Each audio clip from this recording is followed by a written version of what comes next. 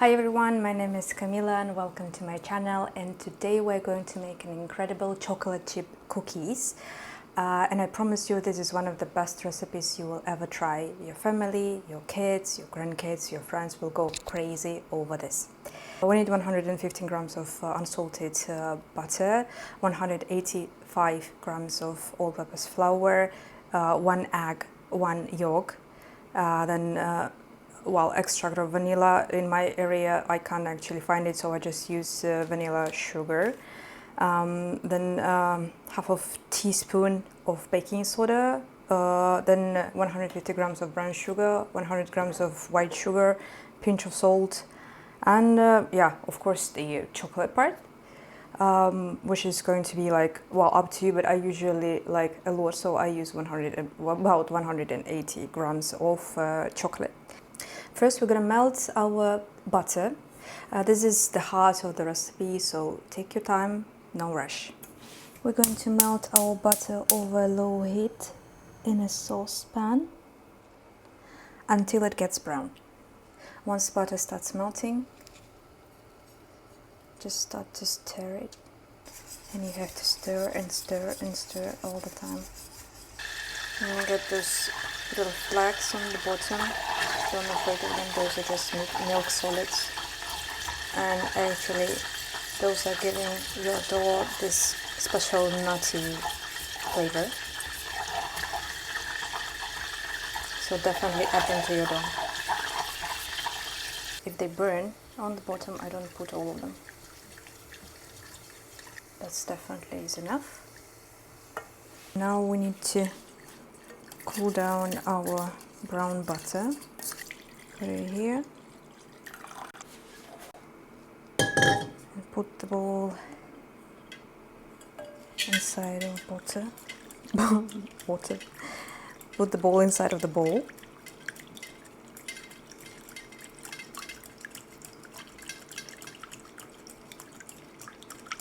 Alright, we can actually put it into the fridge.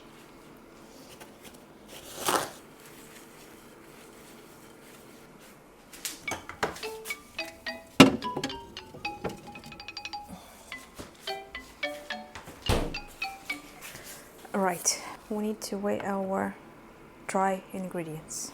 185 grams of flour,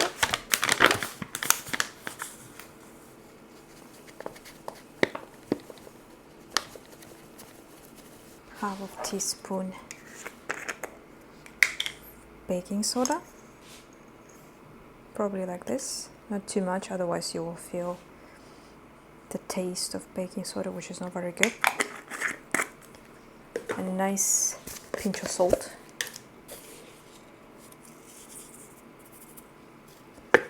Right.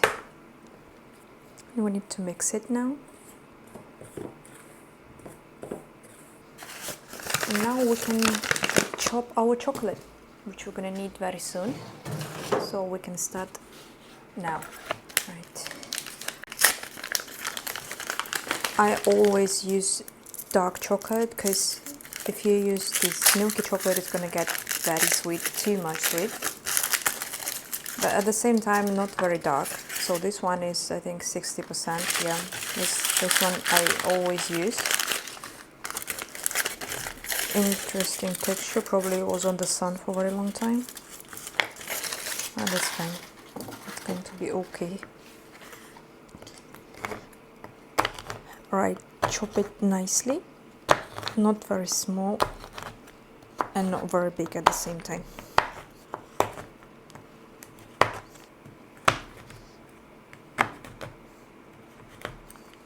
Our chocolate is ready. I like it to be lots of chocolate. You can actually get as much as you want, but probably no more than I usually do, because this is like too much already. It's around 180 grams of dark chocolate, but you can use 150 grams or something like that. Let's check what's going on with our butter.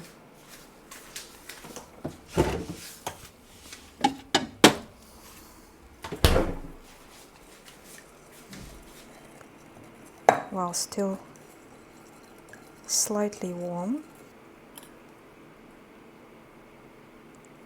actually that's fine. Sometimes I keep it in the fridge for a pretty long time. Right, so we need 150 grams of brown sugar.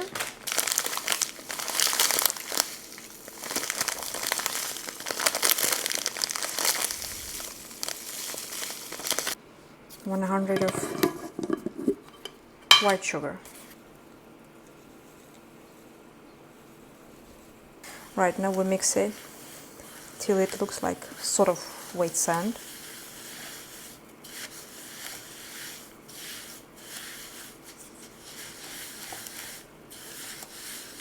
Sort of like this.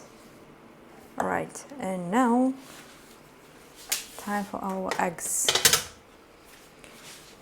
Right, we need this. First we need to do one whole egg.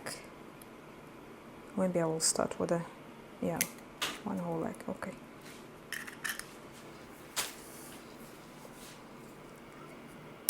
And one egg yolk. I hate separating yolks and whites because it's always very nervous. Right, fine. Now more stirring.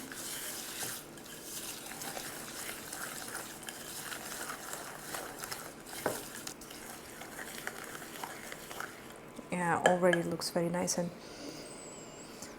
it smells so nice, my god. Now it's time to put some vanilla. If you have vanilla extract, this is more, but I don't have. So vanilla sugar will be just fine. I didn't put the whole pack, by the way, if you're using same.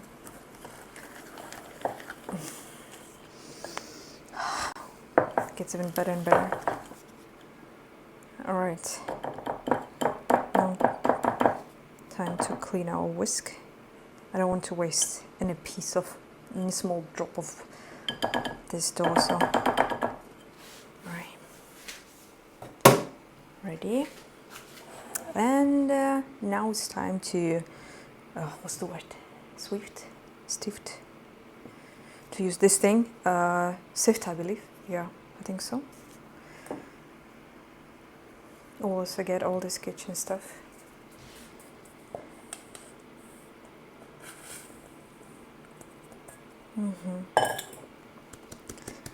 Right.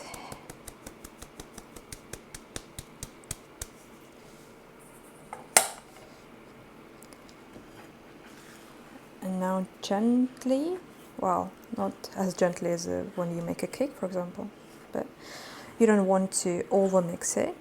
Keep it soft. Just remove all these dry spots with flour. And we're getting there slowly. I mean, with the dough. Alright, still some dry spots in here.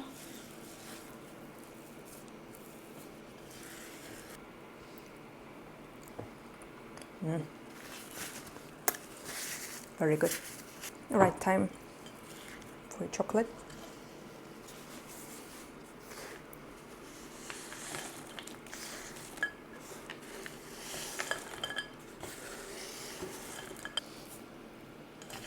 Right now we have to mix it very nicely so that each cookie has this lots of bites of chocolates. Not bites, but bits, I believe. I would say bits, and probably you will be right. I'm not sure. Right, and this is just fine. We can stop here. And now we need to scoop our dough. You can actually use this ice cream scoop. I don't have it, so I'm gonna use just my hands. All right, this is my favorite part.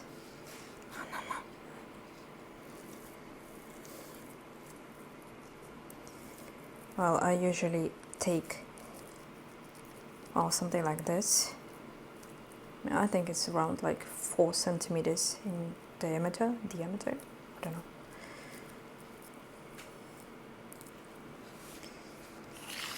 see here.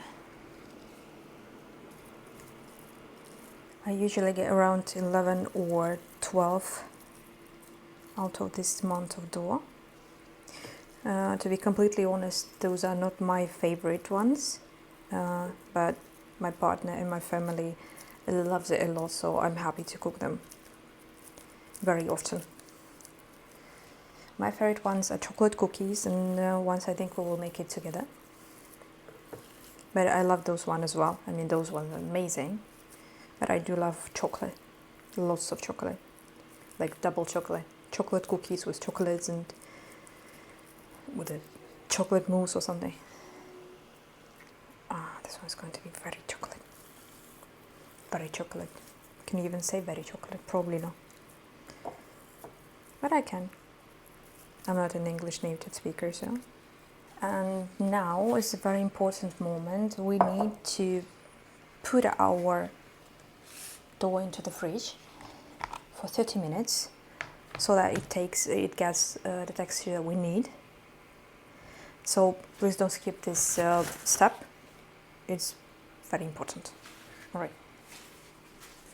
And I think for now it's time to preheat our oven to 175 degrees Celsius, or I believe it's like 350 Fahrenheit. Yeah. So now it's time to put our cookies.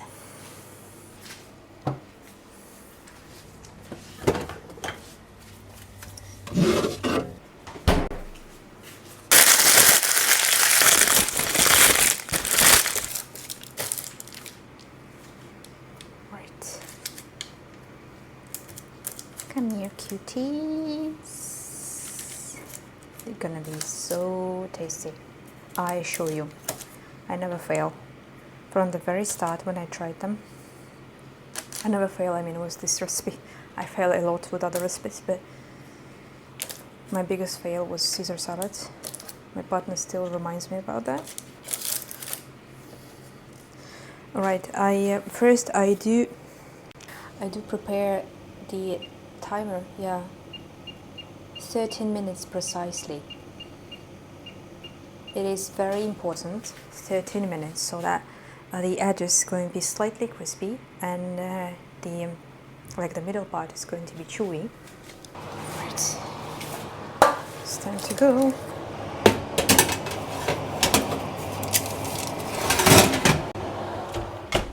Precisely 13 minutes. If you want them to be more like crispier, you can leave them for 14 minutes there.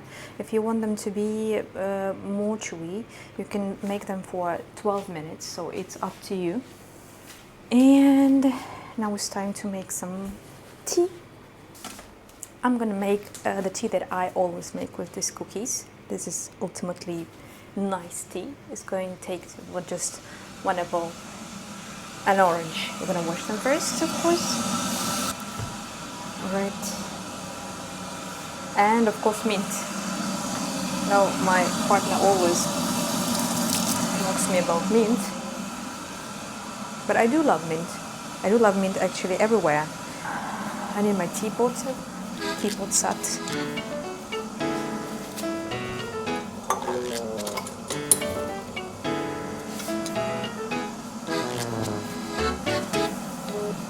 Right.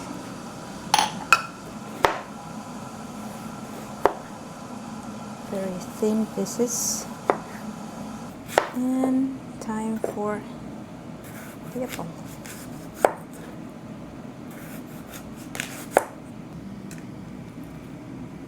It's going to be sort of like a layered tea. I think my microphone is still on. If it's dead, it's going to be a disaster. But maybe for you it's even better if you don't listen to me. Notorious mint. Right, well, sometimes I do buy lots of mint and I just dry it and then use it for tea. And I am convinced that dry mint gives more flavor than the fresh one. Well, I don't have a proper tea, like, you know, the one that like leaves, but I'm fine with this one. I have no intentions to be any fancy, sophisticated person, so I'm fine with tea bags. Probably maybe it's one of the cheapest ones, but I do understand that tea bags is actually a crime against tea.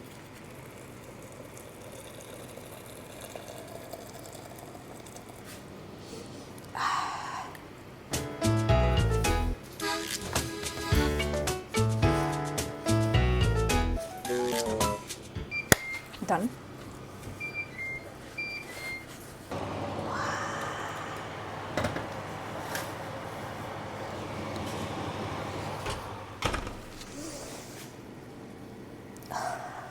If you were doing it with me, probably now you also smell this fantastic aroma. Now, also important part, salt. Just a little sprinkle like this. And moreover, I sometimes put, not sometimes, always put some of the salt flakes. Well, not all of them will stay there. Most of them will just leave when you leave them up. And 30 minutes is about absolutely perfect texture, like slightly crispy edges. They're not crispy for now, but they need to settle, cool down completely. Or maybe not completely, but when it's possible to eat them, or at least to put them up, because they are very fragile now. Yeah, and when they cool down, be careful, because it's most of the time it's impossible to stop eating them. They are absolutely delicious. And I think the mint tea is also very nice.